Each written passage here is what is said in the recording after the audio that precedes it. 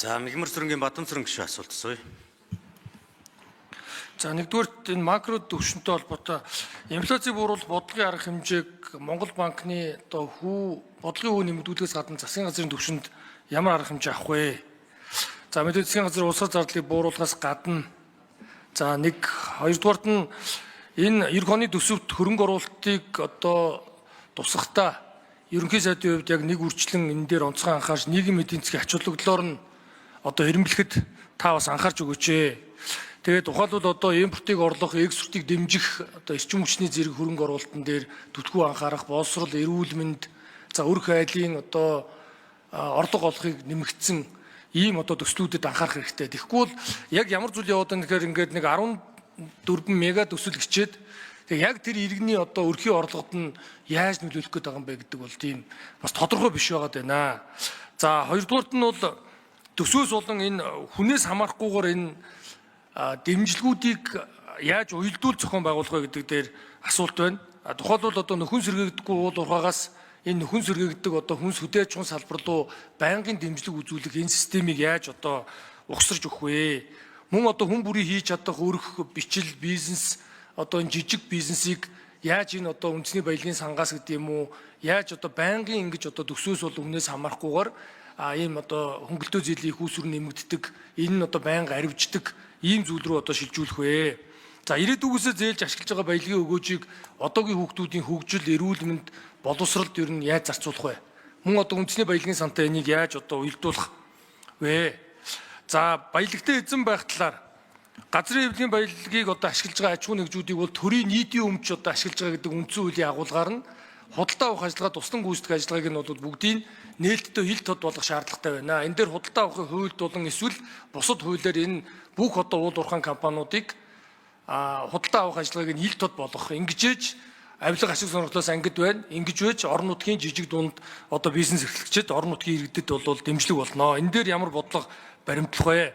Стратегийн ордоос гадна стратегийн бусад гэж хэлж болох чухал ашигт малтмал гэж хэлж болох энэ зүйлүүд дээр ямар бодлого гаргаж энэ салбартаа яаж хайгуулыг нэмэгдүүлж яаж хөрөнгө оруулалтыг нэмэгдүүлэх талаар бодлогын арга хэмжээ авч ажиллах вэ? За мөн газрын төсвийн үйлдвэрийн түүхэн эдийн нөөцийг тогтоох асуудал бол ихээхэн чухал байгаа. Энэ тал дээр энэ ажил ерөөсөө ахиц дэвшил өргөжлөхгүй байна. Энэ дээр та томилогдвол ямар арга хэмжээ авах вэ? За бүсчилсэн хөгжлийн бодлогын бүсүүдэд ялгаатай онцлог ямар эрх зүйн бодлогыг хэрэгжүүлэх вэ? Жишээлбэл говийн бүс өөр, баруун бүс өөр. Сая тэр чон агнах агнахгүйтэй холбоотой асуудал дээр бас ийм бүсийн ялгаатай байдал гарсан. За мэрэгжлийн боловсрол техник мэрэгжлийн сургуулийг хэрхэн яаж дэмжиж ирээдүйд энэ төслүүдэд хэрэгтэй боловсон хүчний бэлтгэх вэ? За хариулт өгье. Дандаш дарга. За Монгол Улсын хурлаар батлагдсан үндэсний баялагын сангийн тухай хуулийн 5 тодорхой заасан. Өөрөлдвөл энэ чинь нийт зөвхөн стратегийн дөрөв ордож биш. Нийт уул уурхаагаас орлож байгаа амнаатын орлогын тодорхой хувь, за мөн энэ ногдол ашигуй төрөмжт компаниудын ногдол ашигуй төвлөрдөг. Монгол онкологийн энэ алдагдлын 70% нь бодлогын үнийн зөрүү хүүгийн алдагдал байдаг л да. Гэхдээ энэ бүхэн чинь уялдаад энэ хөрөнгийн зах зээл, санхүүгийн зах зээл, зээлийн хүүгийн бодлого, хөнгөлтөө зээлийн бодлогууд бол аль болох энэ төсвөөс санхүүж түрүүчийн асуултаа зөвлөх юм бол төсвөөс энэ хүүгийн зөрүүг нь санхүүжүүлж ажил өндөр хүүтэй бодлогын хүү өндөр байгаа үед хүүгийн зөрүүг хангаж байгаа шүү дээ, тийм ээ. Тийм учраас үндсэн хуулинд бид тусгатай энэ Норвегийн сангийн жишгээр ирээдүйн өв сан буюу ба ирээдүйн иргэн болгонд энэ уул уурхайн баялаг үр өгөөжтэй байхыг заасан. Өөрөлдвөл газар дор ухаага баялаг бол үржихгүй. Гаргаж ирээд энийг үржүүлдэг баялаг болж бодит капитал болгоод хөрөнгө оруулалт болгоод ингээ өсөж явахаар Норвегийн сан бол 10 жилд 2 дахин нугарж үр ашигтай хөрөнгө оруулалт хийж Apple-ийн хувьцаагч юм авч газар дороо хөвчээсэн бол бие хэмжээгээр өсөхгүй бол газар дээр гаргаж ирээд эргэлтэнд оруулж ирээдүйн үедээ үржүүлээд өгч байгаа нь энэ ирээдүйн сан баялагын сангийн гол агуулга юм байна. Манайх бол 3 хуваагаад хоримтлын сан хэлбэртэй ирээдүйн сан 1.2 орчим тэрбум доллар болж байгаа Швейцарын хүүгээр Монгол банкнд байршуулж үржүүлж байгаа. Энээс илүү үржүүлэх болцоог бас хайх ёстой юм. За энэ бол ирээдүйн сан тал. Хуримтлалын сан талдаа одоо энэ томоохон төсөл хөтөлбөрүүдэд хэрэгжүүлэх, мега төслүүдэд хэрэгжүүлэх их ус рүү болж хөрөнгө оруулалтын сан хэлбэрээр ашиглагдана. За мөн орон сууц боловсрол эрүүл мэндийг дэмжих нэг хуучин хүний хөгжлийн сангийн загвар ийм 3 чиглэлээр үндэсний баялагын сангийн тухай хуулийг баталж стратеги орд газрууд болон нийт уул уурхайн амнаад байгалийн баялагын нүрэг хөөжийг үр дүнтэй хойрлохын зарчмуудыг тусгасан. Ер нь хүчин төгөлдөр бүрдэгдэж байгаа хуулиар бол 50%-аас дээш төр эзэмшиж байгаа бол бүх төрлийн эмчийн компани худалдаа авах ажиллагаа зарчим нээлттэй байна.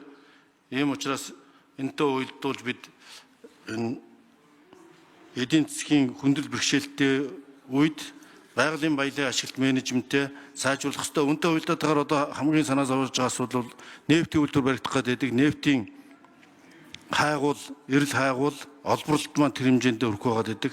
Ийм учраас нефтийн эрэл хайгуулын бодлогоо бас үргэлжлүүлэх шаардлагатай байгаа. Ингүүл бас нэлээд том дэвшил гарна. Энэ дээр нэг ялангуяа одоо манай Бадам сүрэн даргуулд Дорнод аймгаас сонгогдсон нефт уул уурхайн чиглэлээр бие даасан төсөө бүрдүүлдэг цөөхөн аймагуудын нэг аймаг орон нутгийн аймгийн дарга гэдэг бол ер нь хамгийн их эрх мэдэлтэй орон нутгийн амьдрал аж ахуйг мэддэг хүн байдаг, амьдралтай ойрхон хүн байдаг. Ийм учраас энэ уул уурхайтай аймгийн амнаад энэ төсвийн бодлогод нөлөөллийг хамгийн сайн мэдж байгаа үед энэ төрийн санхүүжилтийн зарчим, төсвийн бодлогын санхүүжилтийн талаар бас төсвийн тодтгол дээр идэвхтэй орж ажиллахыг бас урьж хүсэж байна. Энэ чиглэлээр одоо наривчлсан мэдээлэл солилцож ажиллая. Энэ томилогдсон тохиолдолд энийг төрийн засгийн газрын бүтээгдэхүүний хуулийг хэлцэх үеэр наривчлан хэлцье, ярилцъя гэж бодож байна. За Бадамсрын гишүүн тодруулж суй. За баярлалаа. Тэгэхээр та ерөнхий сайдаар томилогдвол энэ үндэсний баялагын сангийн мөнгийг ингээ эргэлтэнд оруулах хэрэгтэй байна л гэж би бол саналтай байгаа. Ягаад тэгэхээр ирээдүйн өв сан бол ирээдүйн үеэсээ зээлж ашиглаж байгаа энэ одоо баялагийг хөрөмтлүүлж байгаа. Гэхдээ энэ мөнгийг бид нар ирээдүйд хүүхдэд хадгалахаас гадна одоогийн хүүхдийнхээ ирээдүйн хөгжилд нь боловсролд нь зориулж эндээс гаргуул илүү өгөөж нь илүү хүрнэ. Өөрөөр хэлбэл байгалийн баялагын өгөөжийг хүний баялаг болгох энэ концепцийг таныг бас нэвтрүүлж өгөөч. Хоёрдугаарт нь хөгжлийн санд тодорхой мөнгө хөрөмтлөгдөж байгаа. Эндээс дэд үтсийн том төсөлт одоо ашиглах гэдэг концепцээр бол газрын тосны хайгуулын ажлыг арчимжуулах төрийн өмс компани байгуулахгүй бол гадаадын компанид найдаад газрын тосны түүхий тосыг бид нар бол бүрдүүлж чадахгүй. Тийм учраас энэ лүү хөрөнгө оруулж өгөөч. Мөн хөгжлийн сангаас нь өөрөөр хэлбэл нөгөө төрөлцсөн 3 сангийн ирээдүйн өвсөн хөрөмтлийн сангийн нөгөө сан хөгжлийн сангаас нь жижиг бизнесийг дэмжих зээлийн тогтвортой одоо жил болгон зарцуулдаг их усрыг нэмэгдүүлж өгөхөд анхаарч өгье.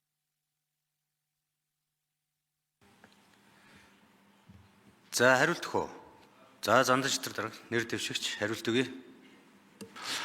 За энэ асуудал ерөнхий сайд бол энэ батлагдсан хуулийг хэрэгжүүлэх үүрэгтэй. Үндэсний баялагын сангийн хууль зааснаар ирээдүйн сан бол хөдөлгөөнгүй. Ер нь баялагын сан бол 3 сангаас бүрдэн ирээдүйн сан, хуримтлалын сан, хөгжлийн сан гэсэн 3 сангаас. За ирээдүйн сан бол одоо 2030 он хүртэл илүү ингээд зарцуулах хэрэггүй засгийн газар. Энийг их хурл шийднэ. Энэ дээр их хурлын гишүүн санаастаа хэрэгжүүл дэмжиж ирээдүйн сангаа эргэлтэнд оруулах. За хүүхдийн мөнгийг ч гэсэн 2.7 их найдыг энтэй уялдуулж хүүхдэд өргөөжтэй бол олон хувилбар ярьдаг. Энэ бол нээлттэй асуудал. За хуримтлалын сан бол газрын эвлийн баялагын өрөөгөөжийг одоо эрүүл мэнд, боловсрол, орон сууц гээд 3 чиглэл зарцуулна гэдэг ингээд тодорхой заасан. За хөгжлийн сан бол харин хөрөнгө оруулалтын зорилтоор томоохон төсөл хөтөлбөрөөр хэрэгжүүлэхдээ улсын хурлаар баталсан мега төслүүдийг том хөтөлбөр хэрэгжүүлэх заана гэдэг ингээд заасан. Ийм 3 сан хуучлагдсан сан байгаа. Тэгэхээр хууль эрх зүйн хүрээндээ бид улсын хурл